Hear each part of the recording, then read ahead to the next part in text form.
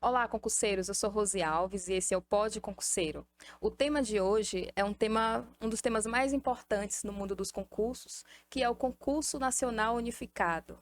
E hoje temos a presença do secretário de Gestão de Pessoas, o José Celso. Muito obrigada por ter aceitado o convite, que foi um pedido bem na cara de pau, né?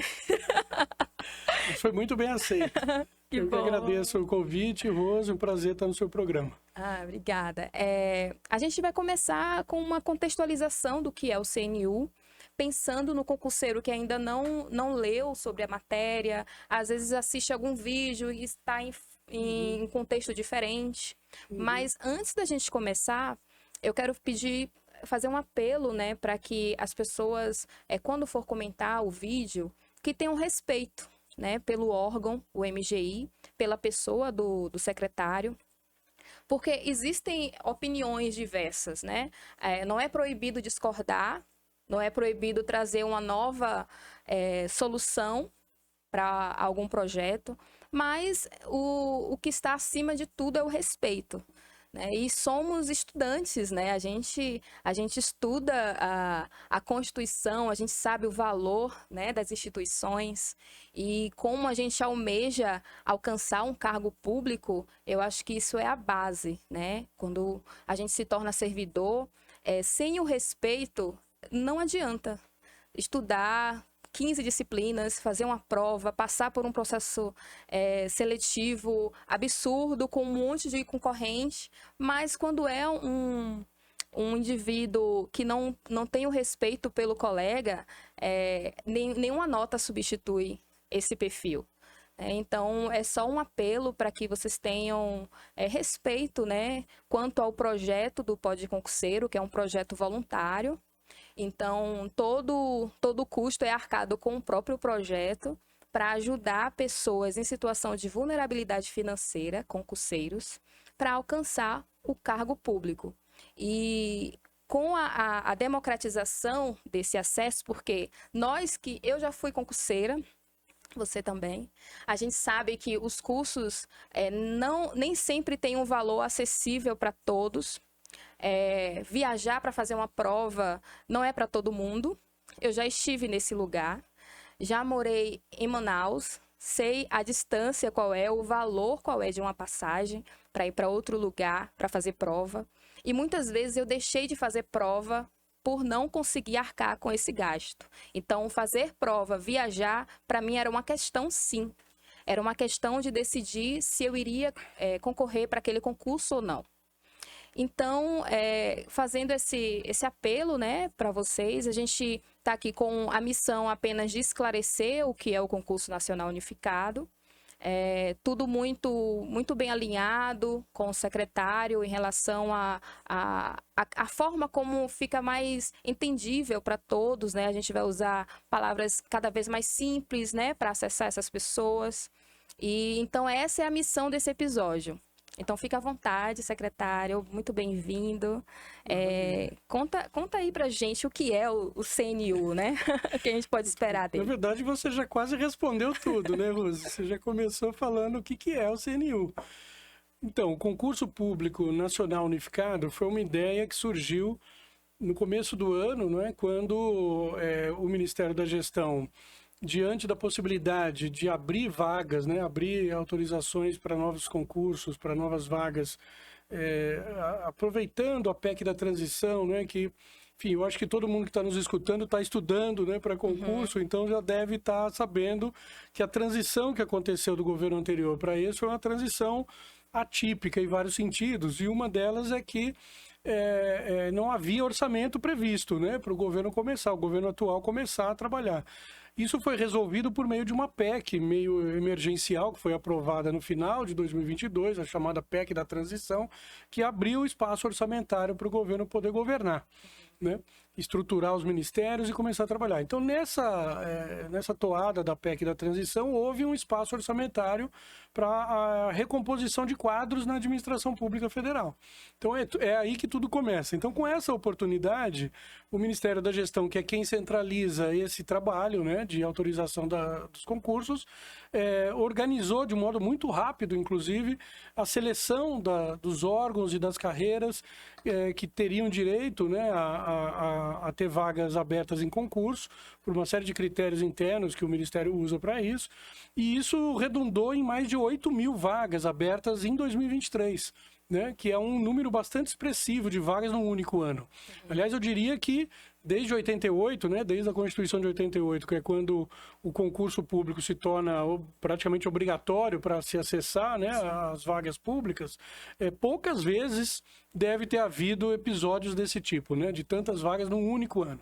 Só que, apesar disso, de tantas vagas num único ano, o que aconteceu foi que o Ministério se deparou com uma situação um pouco insólita, que foi qual? Os órgãos que tiveram as vagas autorizadas, não todos, mas a maior parte deles, procuraram o próprio Ministério da Gestão para declarar a sua dificuldade em organizar os próprios certames. Por conta também dos anos seguidos que nós vivemos no Brasil, né, nos últimos 6, 7 anos, de desmonte do Estado, de desmonte das capacidades institucionais dos órgãos. Então, houve perda de orçamento dos órgãos, houve perda de pessoal, inclusive a memória, vamos dizer, institucional dos órgãos para fazer concurso se perdeu também. Muitas pessoas se aposentaram. Né? Se aposentaram, por exemplo, mais de 70.000 servidores entre 2016 e 2022. Então, esse contingente debilitou muito os órgãos todos, inclusive no que diz respeito à capacidade de fazer concurso por conta própria. Né? Porque, tradicionalmente, no Brasil, quando se autoriza concurso para o órgão tem que arcar com todas as etapas. Né? Contratar a banca, montar a comissão, estimar e pagar os custos do certame. Essa é uma das razões pelas quais os concursos, tradicionalmente, no Brasil, são feitos em poucas cidades. Em geral em Brasília, às vezes nas capitais, mas muito raramente em mais do que as capitais. Né? Então, o Ministério se deparou com essa situação, com essa grande oportunidade de abrir novas vagas em quantidade expressiva, porém com esse grande problema que era a dificuldade dos órgãos de conseguir estruturar seu próprio certame. Então, o MGI teve essa ideia de vamos, então, centralizar, né, entre aspas, no MGI esse processo logístico de montar o concurso para os órgãos, mas para fazer isso não daria para fazer cada órgão à sua maneira, né? Cada órgão no seu dia predileto, cada órgão nos seus locais de preferência, etc. Né? Então, a gente teria que racionalizar essa estrutura, esses procedimentos. Então, por isso a ideia de um concurso único, né? Unificado, de todos os órgãos que aderissem ao processo, né? Num único dia, né? Para poder fazer isso de um jeito mais racional, econômico, inclusive para a própria administração. E aí, por conta dessa oportunidade de fazer isso de um jeito diferente, unificado, é que a gente também aproveitou para tentar mudar um pouco o formato do concurso, dos concursos de modo geral no Brasil, né? Que são feitos centrados em poucos lugares, voltados para um público que, em geral, tem recursos para pagar inscrições, viajar para fazer a prova, estudar, né, tempo livre, etc, etc. Então, a gente achou também que era uma oportunidade de mudar o perfil do concurso e, com isso, o perfil do próprio servidor. Por isso que a gente tem insistido sempre no seguinte, né, que o concurso público unificado, ele tem dois grandes objetivos, na verdade, além de ajudar os órgãos a fazer as suas provas, né? Sim. O primeiro é esse que você mesmo já antecipou aqui, né? Que é o de ampliar o acesso das provas para a maior parte da população. Né? Como é que faz para ampliar o acesso? Você tem que levar a prova às pessoas, porque é muito difícil as pessoas virem para Brasília ou apenas para as capitais do Brasil para fazerem as provas. Custa caro, custa tempo, não é fácil para ninguém. Né? E a população que mais padece desses problemas é justamente a população mais vulnerável, a população mais pobre, que está trabalhando ou concilia estudo com trabalho, não tem dinheiro para fazer esse deslocamento, às vezes você tem que ficar na cidade em que a prova vai ser feita 2, 3 dias, né? Então, tudo isso nos levou a tomar essa decisão. Vamos aproveitar essa oportunidade e levar esse concurso para o maior número de cidades que a gente conseguir fazer. Daí esse desenho de entre 160, 180 cidades que a gente está fechando para poder ampliar o acesso, democratizar o acesso. E o segundo grande objetivo é o de influenciar um pouco o perfil da força de trabalho que vai entrar nessas vagas, né? Porque uma coisa que a gente tem visto na literatura especializada, na experiência de outros lugares, inclusive do próprio setor privado, é a busca por um perfil mais diverso, né, das pessoas que compõem uma determinada empresa ou um determinado local de trabalho, etc. O que quer dizer isso? A gente é um país muito rico, né, muito diverso culturalmente, socialmente, territorialmente. A gente precisa trazer essa diversidade toda para dentro do Estado também, para dentro da burocracia pública, né, porque sendo mais diversa, essa burocracia ao longo do tempo vai ser mais, não só mais representativa em si mesma, né, vamos dizer, da população como um todo, mas ela vai ser mais responsiva. O que quer dizer isso? Ela vai ser capaz de, entendendo melhor os problemas da população, formular políticas públicas, implementar políticas públicas mais aderentes, adequadas às necessidades da população. Esse é o grande objetivo desse concurso dessa forma, para resumir. É que acaba que não se limita apenas a cotas, né, o objetivo do concurso nacional unificado. Porque quando a gente fala de distância para a realização de prova, um voo do norte para vir para Brasília, por exemplo, acaba que muitas vezes acaba não sendo em um dia, né? Às vezes a pessoa passa um turno viajando ou um dia, né? E para quem vai trabalhar na segunda-feira, encaixar um voo que chegue sexta-noite e que saia domingo no final da prova, que muitas vezes é o dia inteiro, né? Termina a prova às 18 horas, por exemplo. Para pegar um voo para o norte do país e conseguir trabalhar na segunda, só quem é de lá é que sabe, né? Se identificou com essa situação agora. E já aconteceu em concurso estadual, por exemplo, que não tem nada a ver com a amplitude do CNU, é só um exemplo de ter uma prova numa quarta-feira. Que loucura. Então isso, para mim, já é um fator de exclusão, né? Filtra completamente. Completamente.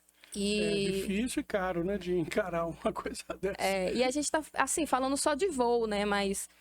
quando quem chega sexta-noite em Brasília para fazer prova, ela não vai ficar, ela vai ter que ficar num hotel, uma pousada. Tem gente, eu já vi gente que ficou na rodoviária para fazer prova, que dormiu na rodoviária. Aí, em que condições essa pessoa faz a prova? Psicologicamente, né? Quer dizer, física e psicologicamente, né? Às vezes até sem se alimentar direito, quer dizer. Isso. A prova, como a gente sabe, é um evento exigente, né? De preparo físico, inclusive, né? Não apenas mental, psicológico, né? A pessoa tem que estar bem, tem que estar saudável, tem que estar alimentada, hidratada, né?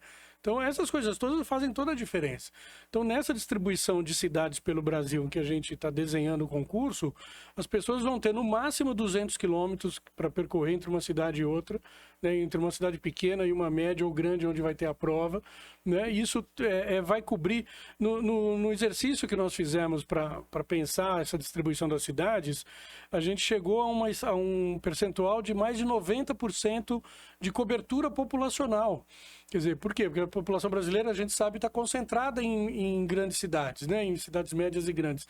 Então, essas cidades que estão sendo escolhidas, elas são capazes de representar praticamente 90 e poucos % da população apta a prestar essa prova, o que é uma revolução quase, né? De acesso, né? Sim. Assim como a política pública da saúde, da educação, de todas as áreas, né? Pensa o acesso como um critério de inclusão, né? De aumento de cobertura, o concurso tem que ser visto como uma política pública de acesso da população ao emprego público, como tudo mais é feito nas outras áreas, entende? Sim. Então, é uma mudança de concepção nesse sentido. Ao invés de pensar o concurso como uma etapa burocrática do órgão, né? Que transfere ou terceiriza essa função, etc., a gente está tentando sugerir para os órgãos pensar isso como uma dimensão estratégica da sua força de trabalho, né? Quer dizer, da sua composição de pessoal. Isso é uma mudança de paradigma, de certa maneira, né? E quando a gente fala de vocação, né, que está maximizando a vocação, né, diante do candidato para escolher a sua área de atuação. Aqui no Pode Concurseiro a gente tem trazido algumas carreiras para falar sobre o cargo, né, que às vezes o concurseiro está estudando para um edital e lê o regimento interno, ele não fica tão concreto, né, do que você assistir um profissional falando da própria área, como é que ele atua. Então, eu tenho começado a trazer pessoas dessas carreiras menos faladas, assim, na internet, para trazer uma curiosidade para as pessoas. E priorizando até o CNU, né, assim, das carreiras que estão lá. Como, por exemplo, a TPS, né? Eu estou programando um episódio para o ATPS, né? É linda essa carreira. É, muito. E a área administrativa, né, de alguns órgãos também. E daí, quando a gente imagina a questão vocacional, o concurseiro do outro lado pode ficar com muita dúvida, pensando, eu só tenho uma chance. É um dia que eu vou resolver, e se eu não estiver bem, né? Se eu não estiver bem mentalmente para fazer uma única prova. Aí a gente pode fazer um contraponto desse ganho vocacional, porque às vezes tem uma prova e a gente não escolhe, né? É o que tem hoje e eu vou fazer aquele concurso porque não tem outro, né? Então, contador, como eu fiz, né? Lá em 2015, não tinha tantos concursos e via o Ministério do Planejamento, por exemplo, eu tinha lido sobre o Ministério do Planejamento para saber o que era o órgão, mas isso não é a realidade da maioria, né? A gente quer a oportunidade logo.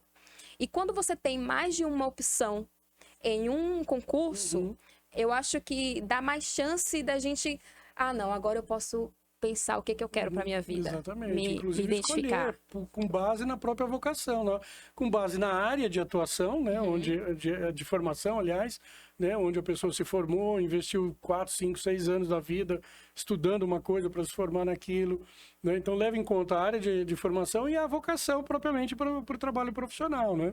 Se é área social, se é área econômica, se é ambiental, etc. Então, o concurso ele foi pensado um pouco nesse sentido, de organizar os órgãos e carreiras que aderiram ao certame, né, por bloco temático, como a gente está chamando. Mas o que é o bloco temático? O bloco temático, traduzindo para uma linguagem mais técnica, é a área de atuação governamental, né, ou a área de atuação programática do governo. O que quer dizer isso? O governo se organiza numa série de ministérios, né? Cada ministério é responsável por políticas em determinadas áreas, né? Área social, área ambiental, área da cultura e por aí vai, infraestrutura e tudo mais. Então, como o governo se organiza dessa maneira, ele necessariamente exige, né, perfis diferentes para compor a sua força de trabalho, né? Significa dizer que você vai poder contemplar pessoas que são da área de ciências humanas até, né, exatas, biológicas e todas as outras, né? Porque tudo isso é necessário para formar a força de trabalho dentro do governo. Então, a ideia de bloco temático para organizar os órgãos e carreiras desse concurso é uma ideia de aglutinar esses órgãos e carreiras por similaridade, né? Por similitudes em relação à área de atuação que o Estado pratica, né? Então, por exemplo, você vai ter um bloco lá que reúne órgãos e carreiras ligadas à área social. Você falou do ATPS, né? Que é o Analista Técnico de Política Social, né? Ele é uma carreira criada para atender, né, e trabalhar em vários ministérios, em geral, da área social, né? Essa que é a ideia. Assim como tem um analista de infraestrutura que, da mesma maneira, trabalha em vários ministérios, né, ligados a esse tema da regulação, da infraestrutura, né, em termos econômicos, etc. E por aí vai. Um analista de tecnologia da informação, que é uma carreira totalmente transversal, né? Hoje em dia, todo mundo precisa de tecnologia de informação, né? De técnico que trabalha nessa área. Então, se a gente organiza o concurso dessa maneira, você faz com que a pessoa, na verdade, tenha mais chances de conseguir uma vaga. né? Porque ele vai escolher um bloco temático que tem a ver com a sua área de formação e vocação. Ele vai poder concorrer a todas as vagas dentro daquele bloco temático, e os blocos temáticos vão ter 500 vagas cada um, até 1.000 vagas, entre 500 e 1.000 e poucas vagas. Então, veja, qual é o concurso que você faz hoje, isoladamente, que tem 500 vagas para você disputar, 1.000 vagas para você disputar de uma vez? Não tem. São raríssimos esses concursos, né? Os concursos que tem isolados, né, são 50 vagas, 100 vagas, etc., né? Então, você aumenta muito a chance da pessoa conseguir uma vaga, né, disputando dessa maneira. Então, isso não só vai na linha de democratizar o acesso, como de permitir que pessoas que antes jamais poderiam pensar em prestar uma prova ou em concorrer a uma vaga pública tenham agora uma chance real de disputar essa vaga em condições iguais a todos os demais concorrentes, né? Porque a prova sendo feita num único dia tem um pouco o inconveniente de que, claro, vai ter pessoas que naquele dia vai acordar doente ou não vai conseguir, né, sair, mas isso acontece em qualquer concurso, né? No Enem acontece isso, em qualquer concurso, né? Mas naquele dia, essa pessoa vai poder disputar em igualdade de condições com todas as outras pessoas, inclusive aquelas que conseguiram eventualmente estudar mais que ela. Porque os critérios de competição vão ser muito isonômicos, né? Em termos de perfil de prova, de quantidade de vagas e por aí vai, né? Então, na verdade, a gente acha que essa é uma forma de valorizar as vocações e as áreas de formação de cada um, né? Ao invés da pessoa fazer como em geral se faz, né? Arriscar todos os concursos que ele conseguir fazer ao longo de um determinado tempo até passar em alguma coisa. E, eventualmente, ele ingressa num concurso, num órgão, numa carreira com a qual ele não se identifica, né? Ele não vai ser feliz profissionalmente ali. Ou talvez até não tenha o perfil adequado para aquele cargo, né? Então, isso vai ser frustrante para ele. Ele vai sair procurando uma outra coisa.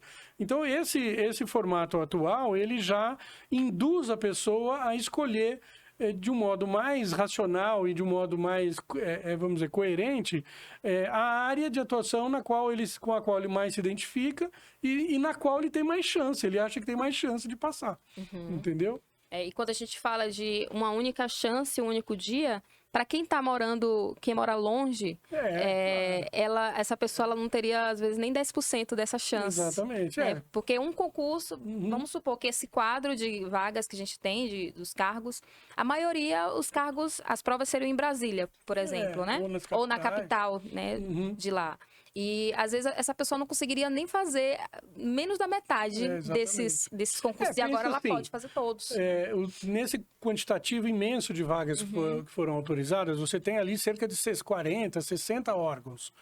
Se cada órgão fizer a prova num dia ou num domingo, são 60 domingos. Isso já é quase mais que um ano, né? Sim. Quem é que consegue fazer, né?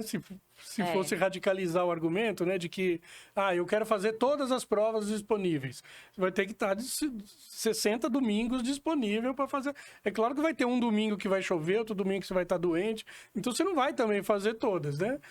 Não é realista pensar nisso. Sim. Então, na verdade, esse formato que a gente está propondo é um formato que não só racionaliza o processo, tem muitas vantagens do ponto de vista da administração pública, mas também tem muitas vantagens para o candidato.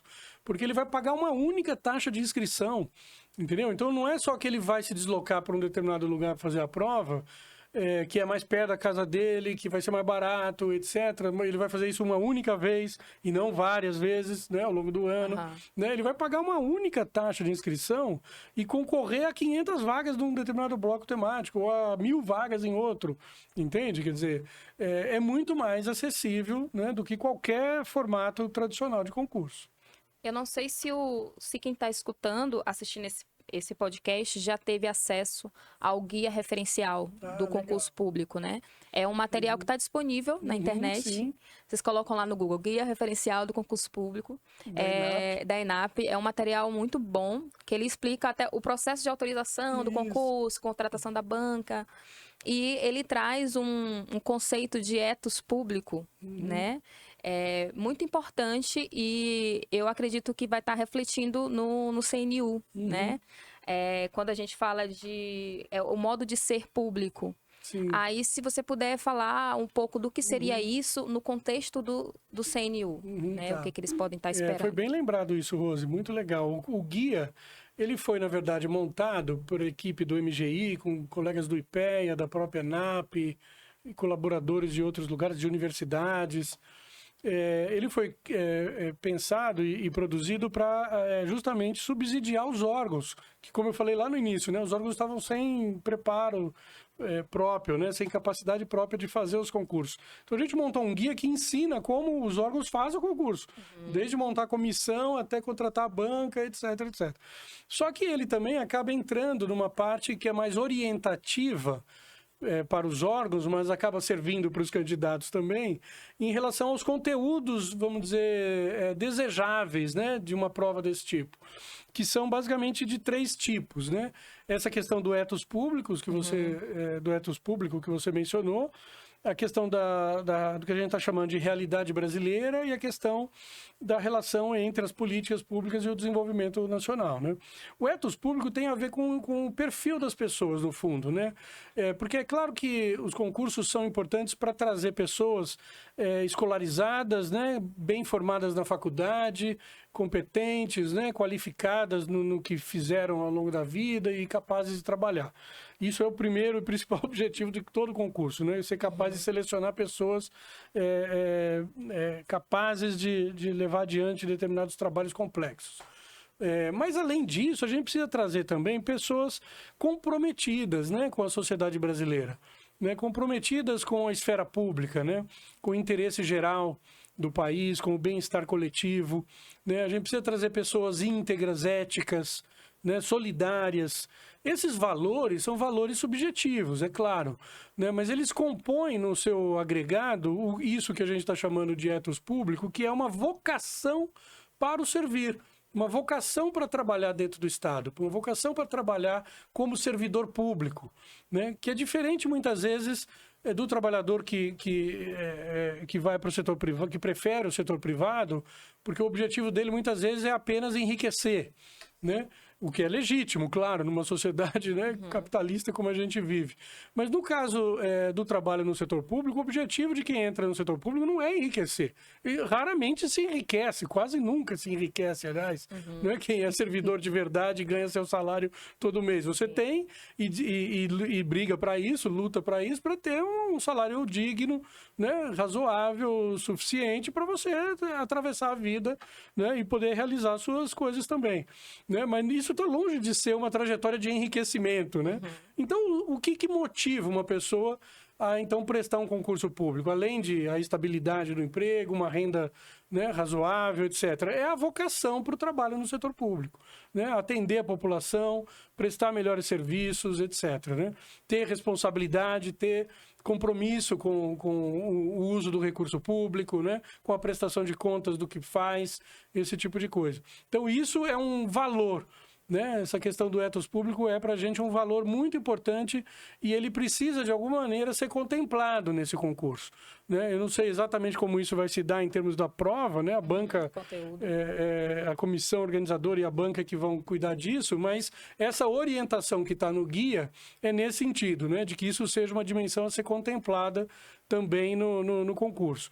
O próprio guia fala da matriz de competência, que é um outro documento importante da ENAP também, que está público, também se você digitar lá, matriz de competências transversais para o servidor público do futuro, né? Você vai chegar nesse outro documento que lista uma série de qualidades, né, consideradas importantes também para formar o perfil do servidor do futuro, né? Ter mentalidade digital, ter capacidade de trabalhar em grupo, né? Ter valores éticos, sim, evidentemente, né? Ter iniciativa para resolver problemas e não apenas reclamar dos problemas, que é muito típico também, né? Onde a gente trabalha, e por aí vai. Então, veja, essas questões de competência são diferentes das questões típicas de conhecimento especializado, que são cobradas também nos concursos todos, né? Português, matemática, direito, etc., né? E que, obviamente, vão estar presentes nesse concurso também, mas que precisam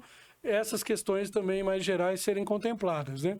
Então, eu falei, né, do ethos público, que é um valor importante, e tem essas outras duas dimensões. Posso falar delas também para aproveitar o embalo, fica à Rose? vontade. Eu falo demais, hein? Você me corta aqui. O estúdio é seu. Que medo, né? A outra dimensão importante para a gente, que precisa ser contemplada não só na prova, mas na formação ao longo da vida profissional, né, das pessoas, é essa dimensão que a gente chama da realidade brasileira. O que é isso?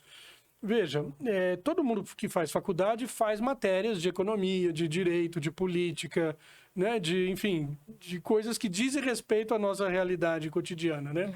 Mas muitas vezes a gente faz isso de um jeito acadêmico, né? Eu preciso tirar nota, passar de ano e me formar, né? A gente não faz isso pensando em se voltar para os problemas brasileiros, a desigualdade, né, a discriminação, a pobreza, etc, etc. A gente não se volta para esses problemas com uma cabeça, vamos dizer, resolutiva, né, ou preocupada em resolver essas questões que são históricas e estruturais do Brasil, né? Pois a gente acha que essas questões históricas e estruturais, né, da realidade brasileira precisam também estar presentes num concurso desse tipo, em que as pessoas demonstram não apenas conhecimento sobre isso, sobre essa realidade brasileira, como demonstram interesse em enfrentar esses problemas, né? E, por fim, tem essa outra dimensão que a gente chama de Estado, políticas públicas e desenvolvimento. O que quer dizer isso? A gente também, quando faz faculdade, a gente sabe que muitas das coisas que a gente sempre olha, reclama, né? Essa coisa precisava resolver de tal jeito. O tal jeito é sempre baseado em alguma política pública, que está sempre motivada ou financiada ou orientada pelo Estado. Então, existe uma relação, né, causal, inclusive, entre, né, o tipo de Estado que a gente tem no país, as políticas que ele é capaz de implementar, né, os problemas que ele é capaz de endereçar e o desenvolvimento brasileiro de modo geral, né? Se o país tem um crescimento econômico satisfatório, se emprega as pessoas, distribui renda, gera mais bem-estar, né, e por aí combate, né, os problemas ambientais e por aí vai. Tudo isso que diz respeito ao desenvolvimento brasileiro, né? Mas apesar dessa relação ser conhecida de quem trabalha no setor público, de quem estuda, né, faz faculdade, etc., isso raramente é correlacionado assim, com tranquilidade, né? Muita gente acha que não tem nada a ver, que Estado é uma coisa burocrática e desenvolvimento é uma obra do acaso. Sim. Essas coisas estão relacionadas. Como ilhas cognitivas, né? Exatamente. Sem fazer Então, a gente precisa fazer essas pontes, né? Estabelecer as conexões entre essas coisas. Porque isso é importante não só para ajudar o próprio candidato a se posicionar sobre, vamos dizer, a função que ele vai desempenhar, né, futuramente tendo sido aprovado, como vai favorecer o próprio aprimoramento das políticas públicas, né? Um servidor público que tem essa percepção, né, de realidade brasileira e das relações entre a política pública e o desenvolvimento, é um servidor mais antenado com as necessidades da política, do aperfeiçoamento do Estado, né, e, portanto, mais vocacionado também para resolver problemas, né? Então, veja, essas coisas não são à toa, essas coisas estão encaixadas lá no guia, né, referencial, mas também devem estar presentes de alguma maneira nos editais, né, e nas provas, etc., nos cursos de formação depois, né, como uma forma de diferenciar esse concurso dos concursos tradicionais. E lá no guia também fala de entrevistas, experiências prévias para o candidato. Aí fica a dúvida para o concurseiro.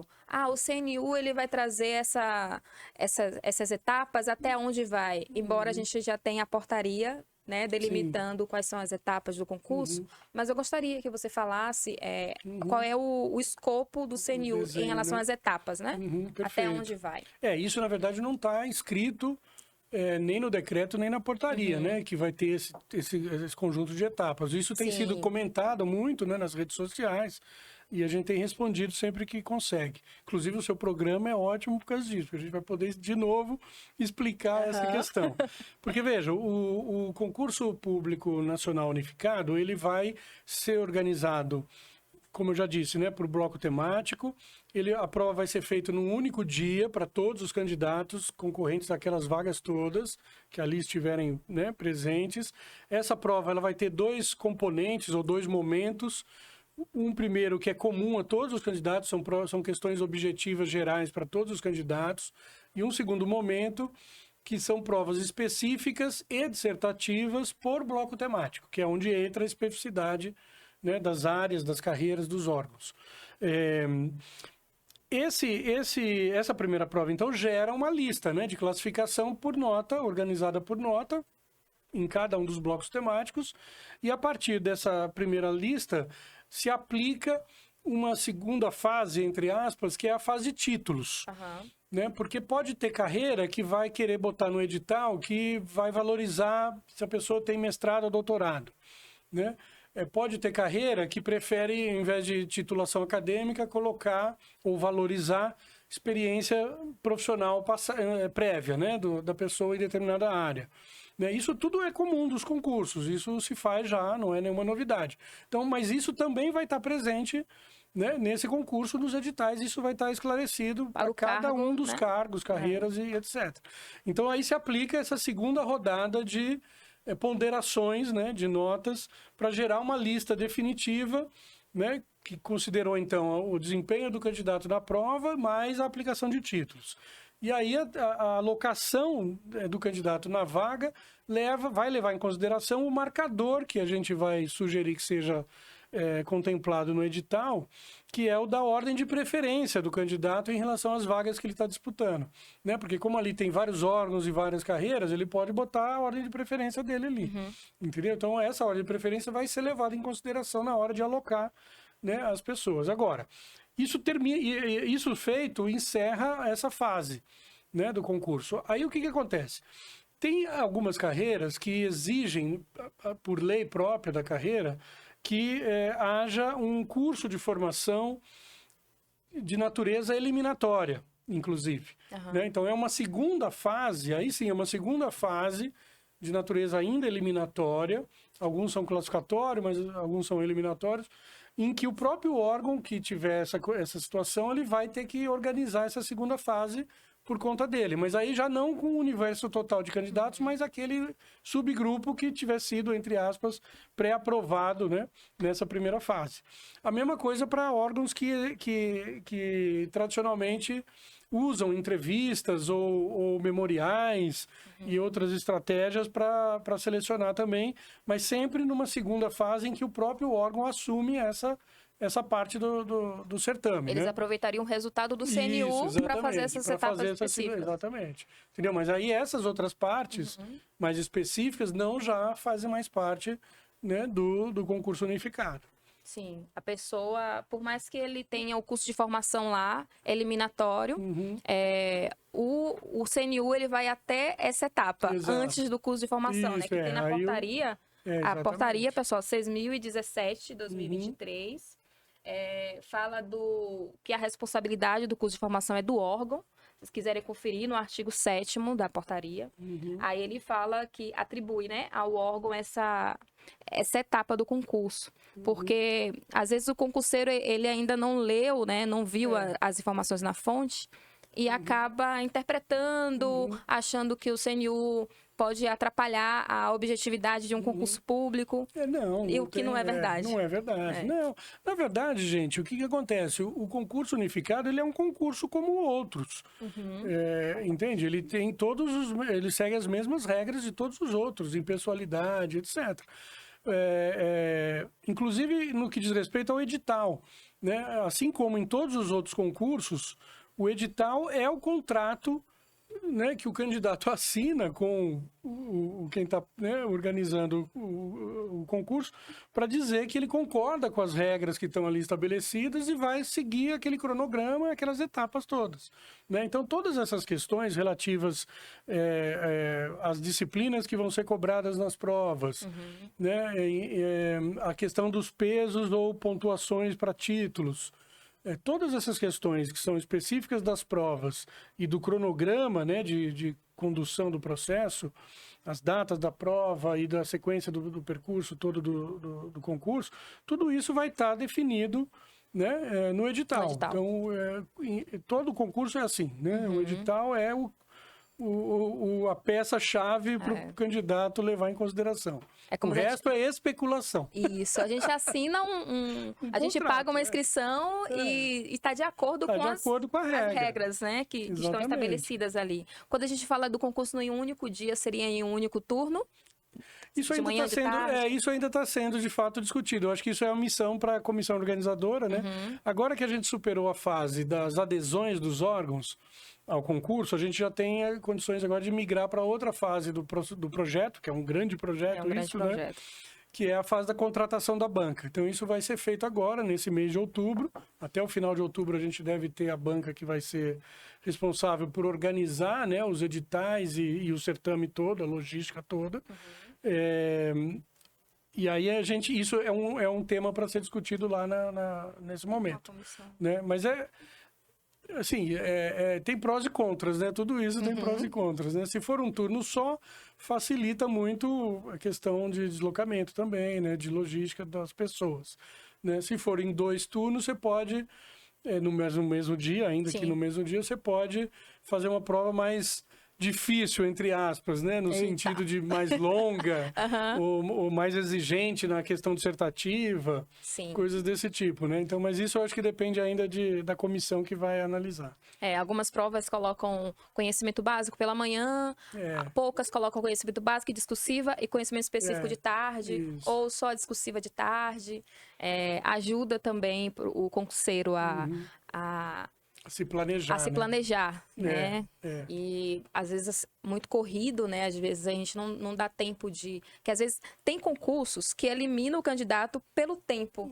E eu acho que não é tão, assim, a minha opinião, né? Não é tão efetivo na seleção desse candidato, porque a gente quer saber se o candidato conhece o conteúdo, né? Claro que o tempo não vai ser eterno, para que a pessoa tenha o tempo que quiser. Tem que ter um tempo para manter a isonomia do processo, para que todos tenham o mesmo tempo. Mas eu já vi provas que eliminaram candidatos muito bons, porque a prova era muito extensa em pouco tempo. Não deu tempo de fazer tudo. E claro que a gente usa estratégia de prova, a gente aprende sobre isso, mas às vezes está acima disso, né? Além de aprender essa técnica, a banca pesa a mão de uma forma que elimina excelentes candidatos. Exatamente. Né? Eu acho desnecessário, né? Esse tipo de coisa. Enfim, já organizei um outro concurso grande no passado aí. Sim. E nossa orientação era essa, de valorizar né, a capacidade do candidato de demonstrar conhecimento, de ter tempo para escrever a dissertativa, porque isso é super importante. Muito. Né? Então, tem que pensar direito nesse formato.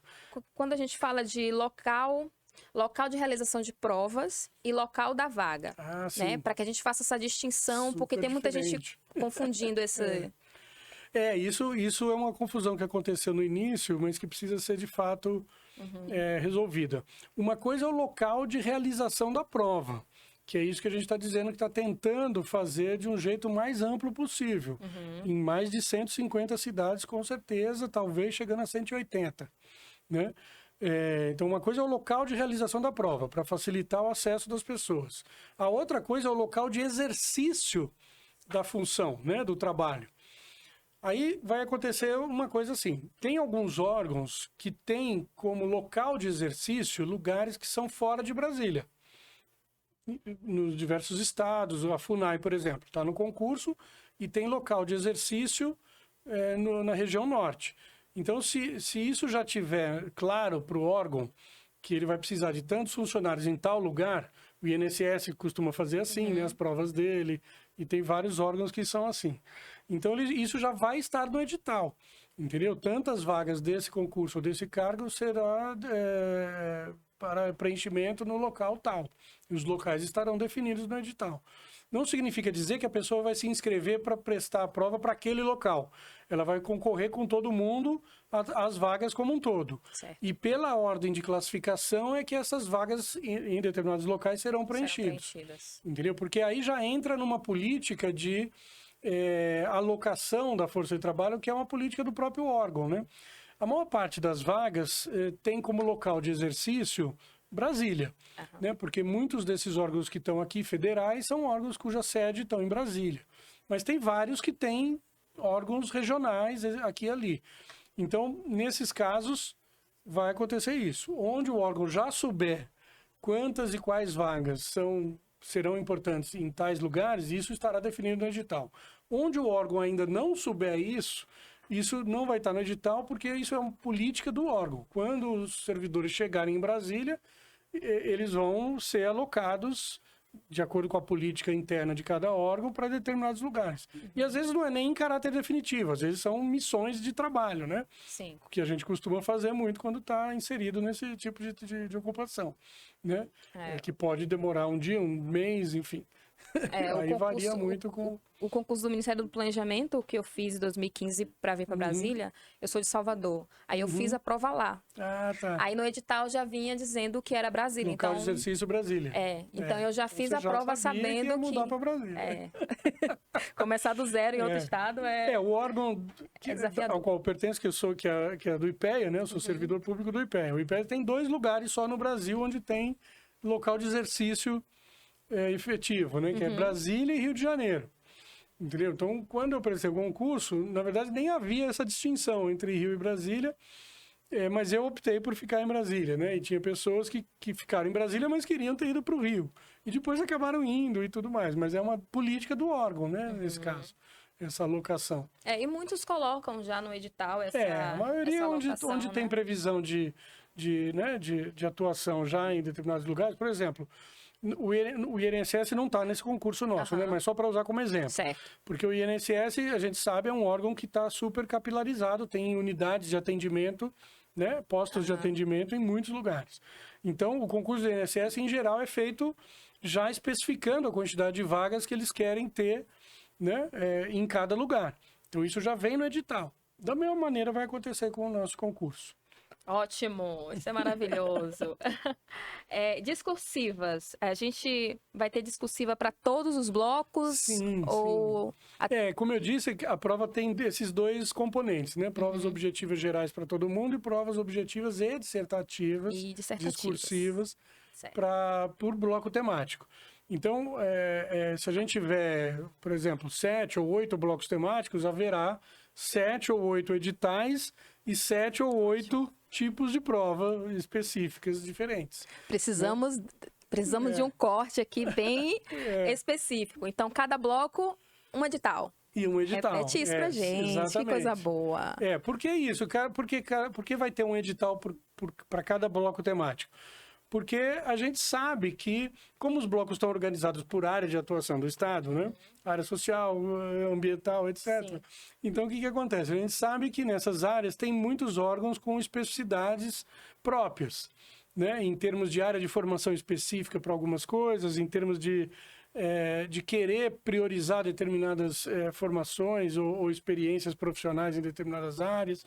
Então, isso tem que estar especificado no edital, né? E aí, ao invés de fazer um edital gigante de 1000 páginas com tudo isso misturado, é melhor, é mais didático, né? Vai ajudar mais os candidatos a se orientarem e até mesmo a tomarem decisão sobre qual bloco, né, concorrer, se esses editais estiverem organizados separadamente. Então, vai ter um edital por bloco temático, trazendo em cada um deles todas as especificidades daquelas carreiras, daqueles órgãos, daquele bloco temático.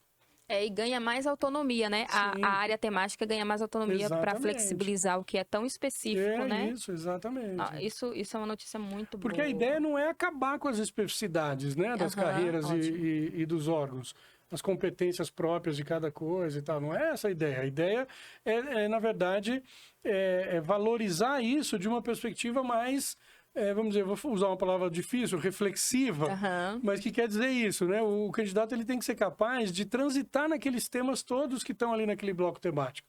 Ele tem que ser capaz de se inserir, de se ver, de se posicionar em relação a temas que dizem respeito àquela área temática que foi especificada, né? Porque a gente sabe que a especialização vai vir não com a prova do concurso, mas vai vir com o exercício do trabalho cotidiano dele, né? Ele vai ficar 30 e poucos anos, né, trabalhando no poder público, né? Então ele vai ter muito tempo para se especializar em muitas coisas, inclusive. Então ele não precisa vir com nenhuma especialização prévia, né? Ou muito específica, né? Pré-definida. Porque isso ele vai ganhar ao longo do trabalho dele, né? Ao longo da vida profissional. Né? Inclusive acontece o seguinte hoje em dia, veja, a gente está vivendo um processo de revolução tecnológica quase que permanente, né? Na área da comunicação, da informação, e isso tem tornado muitas profissões, muitas especialidades obsoletas muito rapidamente, né? Vou usar aqui 2 exemplos engraçados até. Um é o datilógrafo, né? Antigamente existia concurso para datilógrafo, né? Não sei nem se o pessoal mais novo sabe o que é isso, né? É do meu tempo, viu, José? Né? Eu fiz curso de datilografia quando eu era jovem. Sim. Entendeu? Porque as provas que eu fazia de concurso para banco e outras coisas, você tinha que fazer prova que você sabia escrever na máquina de escrever. Entendeu? Tem sentido você fazer hoje, exigir uma especialidade dessa hoje? Não faz sentido. É claro que ajuda a digitar mesmo no computador, né? Quem sabe digita super rápido, né? Mas quem não sabe também se vira e vai em frente, né? E então, quer dizer, é um cargo que, assim, não faz mais sentido você fazer concurso para datilógrafo, né? Então, essa especialidade se tornou obsoleta. A mesma coisa vai acontecer com outras coisas que são hoje consideradas, vamos dizer, atuais, mas que vão se tornar obsoletas.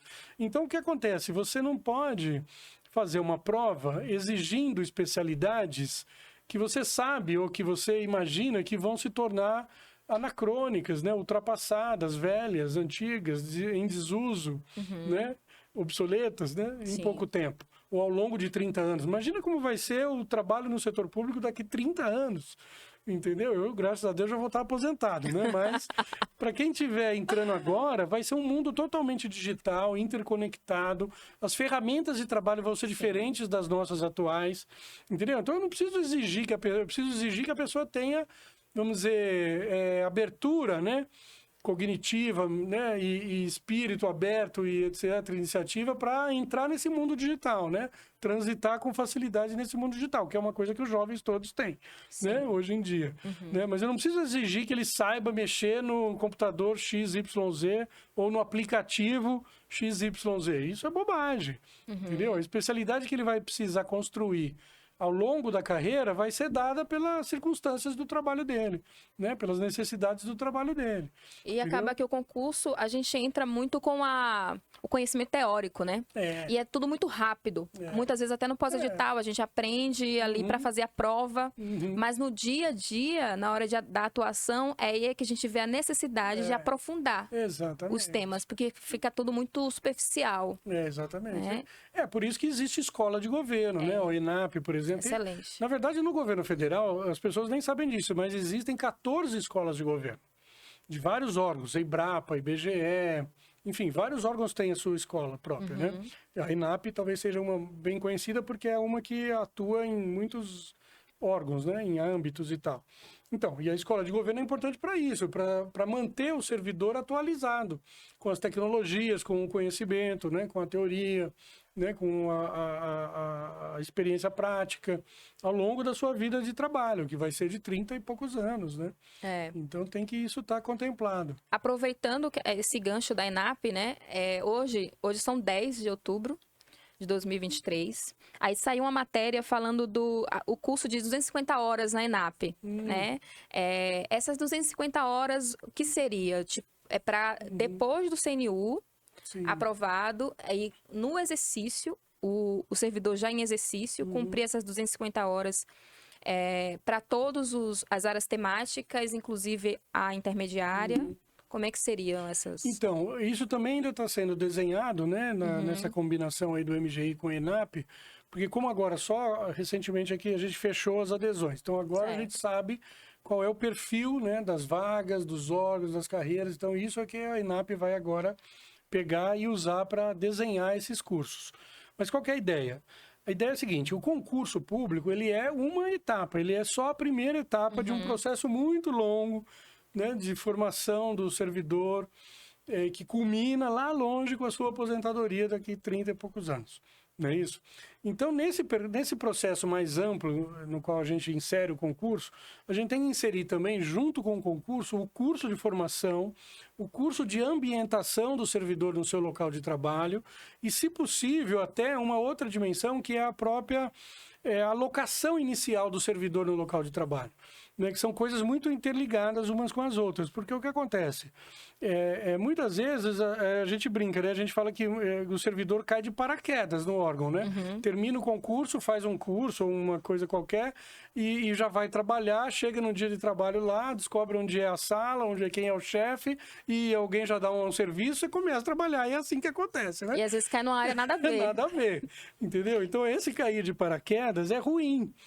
Tanto para a pessoa que fica em pânico, né, nos primeiros dias com isso. Isso é um spoiler que eu tô dando aí mas esse pânico passa logo, né? Enfim, ou ela fica em pânico, ou é ruim também para o órgão, né? Que não está sabendo perceber qual é, de fato, o perfil da pessoa, a vocação da pessoa, a alocação ideal da pessoa dentro do órgão. Então, tudo isso, o curso de formação, independente do número de horas, etc. Esse trabalho de ambientação, que é diferente ainda da pessoa começar a trabalhar efetivamente. E a alocação dele inicial são todas etapas de um mesmo processo que visa a produzir uma transição mais suave e mais, né, aderente às necessidades do órgão, respeitando as vocações das pessoas, etc. Né, uma transição entre o concurso, né, a prova e o início efetivo do trabalho. Então, o curso mesmo que a ENAP está montando são, na verdade, vários tipos. Talvez haja cursos curtos de formação rápida sobre as questões de administração pública, né, ética no setor público, essa coisa toda, que são coisas muito gerais e transversais, que todos os servidores teriam que passar por isso no início. Mas tem coisas que podem ser dadas em módulos mais alongados ao longo do tempo, já com o servidor começando a trabalhar, ou seja, uma espécie de formação mais continuada no primeiro ano, ou até mesmo no estágio probatório, né? Seria o ideal isso, inclusive, né? Que o estágio probatório, que, né, todo mundo acho que já sabe o que é estágio probatório, né? Que é aquele período de adaptação, né, do candidato ao trabalho, que dura 2, 3 anos e tal. São 3 anos. Né? Você está no estágio probatório? Estou. Você está, né? Assistiu. Que dura 3 anos. O ideal é que esse estágio probatório ele pudesse ser uma combinação entre, né, a ambientação da pessoa no trabalho, a identificação do local ou da área melhor para ele começar e uma formação meio continuada ao longo desse período para ele entender o que é o órgão, qual é a área de atuação do órgão, quais são os problemas da administração, etc, etc, etc. Lá na CGU a gente tem e traz competências gerenciais, noção de administração pública e também a área bem específica da auditoria, técnica de auditoria, papel de trabalho. Então é uma grade horária que a gente cumpre no estágio probatório. Que eu estou dizendo, essas coisas todas, por exemplo, essa questão específica da auditoria, né, que você está mexendo com isso agora. Isso, ainda que tenha questões sobre isso no concurso, ninguém sabe do que se trata. Entendeu? Então, cair isso na prova, até no meu modo de ver, é um erro. Não tem isso. Isso não tinha nem que estar na prova. Entendeu? Porque isso a pessoa vai aprender ali, a hora que começar a trabalhar. No dia a dia. Entendeu? Porque se você cobra isso na prova, é uma prova de decoreba. É a prova tradicional de decoreba, que vai ter um manual que a pessoa vai lá decorar o negócio, como é que é a lei, assim, assado, não sei o que, isso serve para isso, para aquilo. Mas aquilo ele não sabe do que se trata. Quem é o candidato que sabe o que é corregedoria, auditoria, operacional, entendeu? E outras coisas tão específicas. Aquilo que você falou do regimento interno, por exemplo. Do regimento interno do órgão, entendeu? Vem a lei perguntando sobre isso. Aí é um absurdo ter isso na prova. E os concursos tradicionais, infelizmente, estão assim, meio viciados nesse tipo de coisa, que eles acham que isso é que vai trazer a pessoa que conhece, mas não é, está totalmente errado isso. De uma concepção mais, né, mais holística, assim. Sim. Isso está totalmente errado, cobrar esse tipo de conteúdo, né? Porque isso a pessoa vai aprender ali, né? No curso de formação, no trabalho e tal, na formação continuada. E a gente está aqui elucubrando, assim, esses pensamentos do que o ideal de uma seleção. Só que hoje, né, como hoje são 10 de outubro, ainda o edital não está publicado, né? A comissão do concurso, ela tem essa autonomia, né, até para delimitar o que vai cair, quais são as matérias. Isso. Então a gente não, né, agora não tem a ideia. Eu nem sei e nem saberei, porque eu não vou fazer parte, né, da comissão organizadora, então eu vou ficar sabendo igual todo mundo no dia que sair o edital. Calada no F5 esperando o edital. Eu vou saber igual todo mundo no dia do edital. O prazo de autorização, né? A gente tem lá no decreto, é só para a gente, para informar mesmo a população. Tem no decreto, no 11.722, que ele remete ao artigo 40 do decreto 9739, que fala o prazo de autorização para publicação do edital, né, de 6 meses. Sim. E aí, para o CNU, isso não se aplica. Porque no caso do CNU, o que aconteceu foi que, como foi esse fenômeno, né, todo diferente do resto, quando a gente publicou o decreto específico, né, do concurso unificado, isso alongou o prazo, né? Começou a contar dali do decreto esse prazo dos 6 meses e não das autorizações originais dos órgãos. Entendeu? Então, por isso que quem aderiu também teve essa vantagem, né? Excelente. O prazo para poder organizar, pensar no edital e tal, foi ampliado também. Muito bom. Porque tem cargos, tem órgãos, por exemplo, acho que foi a FUNAI, teve autorização em abril de 2023. Estava vencendo agora. Aí, com o CNU, quem não aderiu, aí uma das razões pelas quais os órgãos nos disseram que não adeririam ao concurso unificado é porque eles disseram que estavam com tudo adiantado. Sim. A gente já contactou a banca, a gente já montou o edital, a comissão já trabalhou. Então, a gente respeitou essa decisão dos órgãos e falou, então, segue em frente. A ideia é economicidade, né? Tem que gerar outro custo, já que eles em frente. começaram... Agora, e eu espero que todos que não aderiram consigam publicar os editais dentro do prazo, porque senão eles vão estar incorrendo numa ilegalidade, aí eu não sei. Aí o próprio Ministério Público talvez venha questionar a legalidade daquele concurso. Mas eu espero que isso não aconteça com ninguém. Que eles cumpram, né, o prazo entre a autorização e a publicação do edital. Então, pessoal, para o CNU não se aplica, né, aquele prazo de 6 meses. Isso. Contando da data da autorização desses cargos, esses órgãos que aderiram ao CNU. A periodicidade, né? A periodicidade do CNU, a gente vê como importante para aperfeiçoamento do candidato, para que ele, continuando aquela vocação que estávamos conversando, né?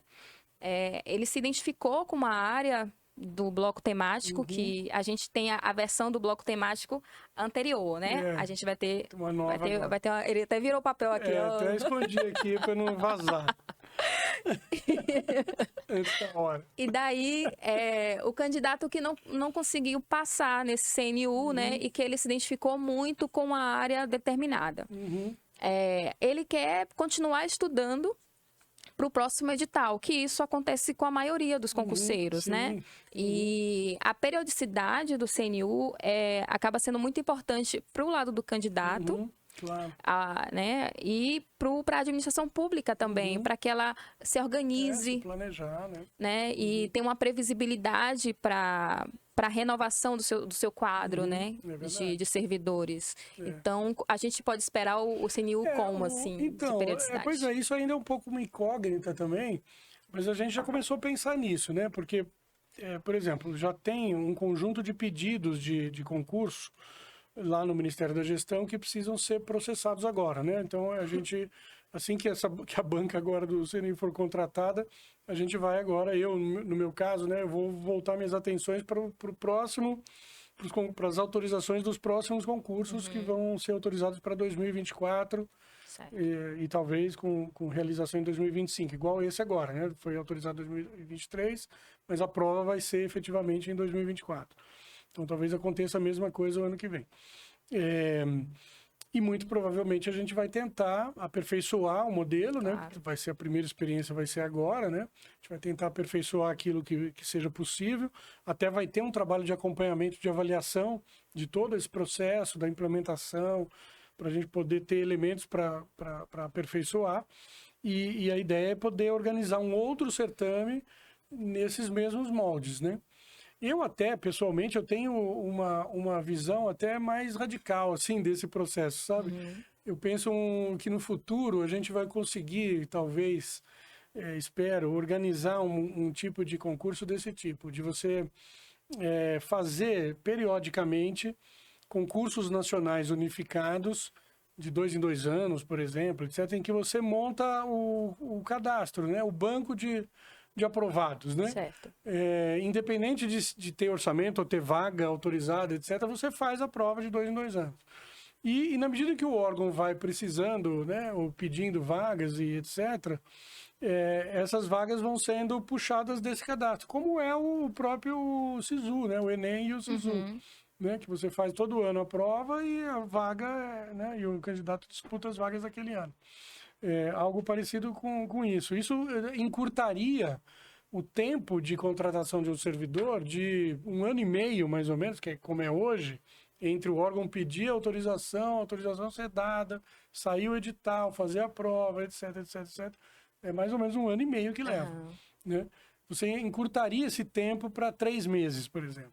Então, isso daria uma agilidade para a administração pública gigantesca, né? E isso é importante para ajudar justamente no planejamento da administração e das próprias pessoas. Sim. Né? Porque, na verdade, veja só, a gente está comemorando aqui as 8.000 e tantas vagas que foram autorizadas, né, nesse ano, mas isso não é o ideal, né? Isso não é o ideal, porque isso tem todo esse problema da logística, que é complexo de organizar para tantas vagas, tantos órgãos ao mesmo tempo, etc. Custa caro, né, fazer. E tem um problema pior, que é o do gap geracional que isso gera, né? O que quer dizer o gap geracional? O Brasil, como ele não tem um planejamento mais estabelecido de concursos periódicos, né? Ele faz concurso quando tem janela orçamentária ou quando tem o governo comprometido com recompor o quadro do Estado, né? Então isso acontece de tempos em tempos, meio aleatoriamente quase. Né? Isso é ruim, porque você faz um concurso muito grande de uma vez e depois fica muitos anos sem fazer concurso. Sim. Não foi isso que a gente viveu recentemente, né? Quanto tempo não tinha concurso, assim, grande, né? Você acabou fazendo a prova recente, mas... Tinha 10 anos, né? Tinha 10 anos que não tinha um concurso para várias áreas ao mesmo tempo e tal. Entendeu? Então, é um gap de geração de servidores, né, absurdo. Sim. E você cria muitos problemas de continuidade das políticas públicas, da memória institucional da política, e por aí vai.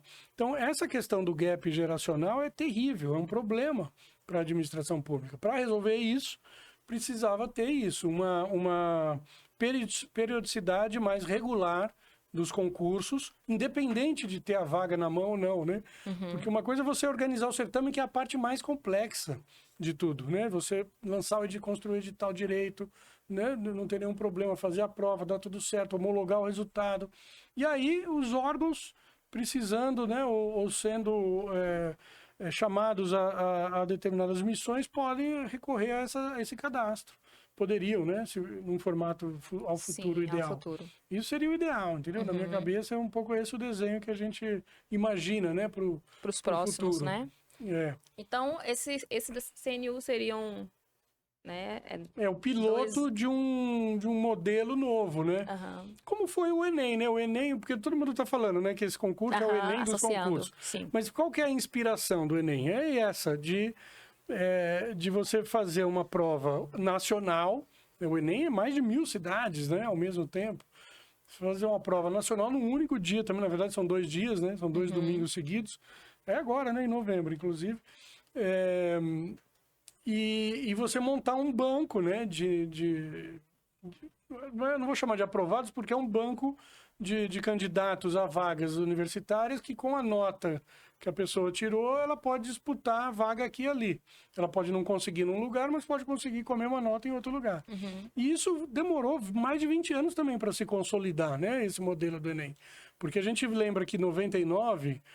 1999, quando houve um problema de vazamento da prova, que foi um escândalo e tal, a gente acha que o Enem começou ali. Não, o Enem começou lá em 2003, 2004, entendeu? Mas era assim, também por adesão. As universidades podiam fazer adesão voluntariamente. E isso foi crescendo, até se estabelecer como um modelo praticamente dominante no Brasil hoje. Sim. Né? Quase todas as universidades, inclusive universidades privadas, universidades no exterior, né? Aceitam a nota do Enem como critério de seleção. Né? Então, isso foi um processo muito longo para construir e consolidar o modelo. Né? E a mesma coisa vai ser esse nosso concurso unificado. Né? Sim. Rose, obrigado. Esse concurso unificado é a mesma coisa. A gente está fazendo um piloto esse ano, que é complexo, porque a gente está criando os instrumentos, a gente está desenvolvendo os normativos, né? Toda a logística, a gente está tudo inventando agora, do zero. Inspirado muito também nessa coisa que o Enem já fez, né? Da logística, de segurança, etc, etc. Mas a ideia é que a gente consolide esse modelo como modelo dominante de seleção pública no Brasil. Com todos os aperfeiçoamentos, né, que sejam necessários. Sim, e teve resistência também, né, na época do Enem, como hoje tem a resistência, claro, tem opiniões contrárias, né, como qualquer iniciativa. Lógico. É um projeto que a gente enxerga como uma revolução nos concursos públicos. Eu acho. E claro que, como todo novo projeto, tem um desenho como piloto, tem coisas que possam ser ajustadas nos próximos, né? São detalhes, muitos detalhes para serem pensados, né? E, mais uma vez, eu dou parabéns, assim, para essa iniciativa. E é um projeto que alcança a sociedade de uma forma que não é só para o concurseiro. A sociedade ganha, né? Quando vê a representação da sociedade. Nunca teriam pensado em concorrer a uma vaga, porque, né, moram longe, não tem recurso, etc. Podem prestar, entendeu? Podem prestar. E tem pessoas muito capazes, a gente sabe disso. Claro, sim. A gente tá toda hora vendo e se deparando com pessoas muito competentes, muito capazes, entendeu? Que por uma questão simplesmente de falta de oportunidade não conseguiram entrar numa carreira, né, do setor público, num órgão legal e tal. Quando o candidato ele coloca a prioridade, né, vamos entrar no bloco temático e áreas de atuação, que o candidato seleciona lá os cargos, né? Porque você tem o bloco temático, que é a área de atuação específica, e tem alguns órgãos ali dentro, né? Alguns cargos ali dentro. E daí o candidato ele tem uma prioridade em relação a esses cargos. Ele não pode fazer prova para mais de um bloco temático. Ele vai estar focado em um único bloco temático e vai colocar a prioridade. Qual é o máximo de prioridade que ele pode colocar? Vamos supor que tem um bloco com 5. Todas? Uma N. Uma N. Repetindo, pessoal, hoje são 10 de outubro. As regras ainda estão para ser definidas do edital, né? A gente vai ter a comissão do concurso, vai ter ainda a publicação do edital. Então, a gente está colocando aqui dicas, perguntas que o concurseiro tem, né? Aí do outro lado, estou trazendo para cá. Abri uma caixinha de perguntas no Instagram alguns dias atrás, para pegar umas perguntas de alguns candidatos. E o que apareceu para mim foi: o que vai cair? Aí você também já quer demais. Agora não dá, né? Aí realmente só o edital para dizer. É agora, José. Deixa eu ver aqui mais, que eu fiz uma listinha aqui das perguntas. Então, vai ser um bloco temático por edital. Lembrando que o edital, as etapas, vai ser prova objetiva e prova objetiva específica e discursiva, né? Para todo mundo. Curso de formação vai ser com o órgão que exigir essa etapa. Avaliação de títulos, se for a exigência, né, para um determinado cargo, vai estar no CNU. Mas curso de formação, não. Curso de formação é com o órgão, né? E a ENAP vai também ofertar cursos para aquelas carreiras que não têm o curso como obrigação, né? Sim, as 250 horas. E aí tá fora do CNU. Aí são iniciativas da administração pública, né? Outra etapa, Deixa eu ver. cargos de nível superior que são transversais, né? A gente teve a autorização do MGI, teve a AGU, que tem cargos de contador, administrador. E com os blocos anteriores que a gente teve acesso na internet, não contemplava, né, um bloco para essas áreas transversais. Existe a possibilidade de esses cargos eles ficarem em um único bloco? Muito provavelmente vai acontecer isso em alguns casos, né? Por exemplo, todos esses cargos avulsos, né, que são de nível administrativo, é nível superior, mas é no âmbito administrativo, suporte administrativo, provavelmente vão ser agrupados num bloco temático chamado suporte administrativo ou equivalente. Né? Porque isso vai facilitar essa homogeneização, né, do bloco e a questão da especificidade da prova, etc. Outro caso em que isso deve acontecer são os cargos que têm a ver com essa área de ciência de dados, tecnologia da informação, né? Como também isso é uma coisa transversal, né? Todos os órgãos querem ou têm vagas para isso, isso vai ser provavelmente agrupado também num bloco específico para isso. Inclusive tem uma carreira que é super transversal que vai estar nesse bloco, né? Que é o ATI, que é o analista de tecnologia da informação. Entendeu? Então vai ter sim esse tipo de caso. Então você vai ter, né, áreas de atuação tradicionais, né, como política social e tal, e você vai ter como bloco temático também esses agrupamentos mais homogêneos, né? Suporte administrativo, a questão de dados e informação, né? E tecnologia da informação, provavelmente no mesmo bloco. Deixa eu ver se eu estou esquecendo alguma coisa aqui. Essa oportunidade é única, tem que aproveitar. E eu nem sei tudo. Não, eu tô adorando esse bate-papo, porque ajuda a gente a entender o que é o Concurso Nacional Unificado. Para além de ter informações totalmente concretas, porque quando a gente marcou, né, para fazer essa gravação, a gente já imagina que as coisas estão em andamento, existem publicações para serem feitas, discussões em andamento. Você falou uma coisa uma hora aí que foi importante, assim, né? Que as pessoas estão ansiosas, às vezes um pouco com medo, inseguras, né? Sem saber ainda como vai ser. Isso, de fato, tem a ver com o fato de que é uma inovação, né? Então, toda inovação gera um pouco essa ansiedade, esse desconhecimento. Mas não tem nada que esteja sendo feito que seja vamos dizer, uma pegadinha, um golpe do baú, né? Não é nada disso. É um concurso, só que ele tem essa dimensão diferente. Mas as provas, né, o edital, vai ter todas as regras que tem em todo edital, vai ter nesse edital também, entendeu? Em termos de sigilo, em termos de segurança, em termos de cronograma, de recurso, possibilidade de recurso, que todo, né, concurso tem para os candidatos, entendeu? Então tudo vai estar lá igual os demais. A ansiedade, talvez um pouco do medo, tem a ver com o fato de que a gente está sempre dizendo que não é apenas uma mudança na forma de organizar o concurso em si, né? Que já é uma mudança importante.